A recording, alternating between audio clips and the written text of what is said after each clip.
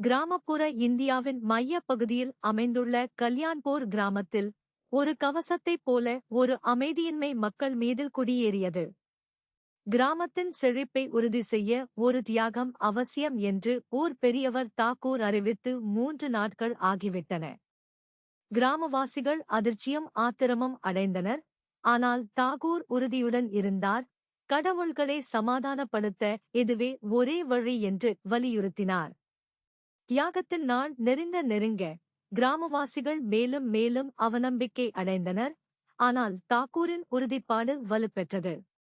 யாகத்திற்கு யார் தேர்வு செய்யப்படுவார்கள் என்ற வதந்திகள் பரவின. கிராம மக்கள் தேர்ந்தெடுக்கப்படுவார்கள் என்ற அச்சத்தில் வாழ்ந்தனர். சிலர் தப்பி ஓட முயன்றனர். ஆனால் கிராமம் அடர்ந்த காடுகளால் சூழப்பட்டது. இதனால் தப்பிக்க முடியவில்லை. கிராம மக்கள் சிக்கினர். தாக்கூரின் வார்த்தை சட்டம். யாகம் நடக்கும் நாளில் கிராம மக்கள் கோவிலில் கூடினர். அவர்களின் முகத்தில் பயமும் ராஜினாமாவும் கலந்திருந்தது. தாக்கூர் அவர்கள் முன் நின்று அவரது கண்கள் வேறொரு உலக தீவிரத்துடன் மின்னியது.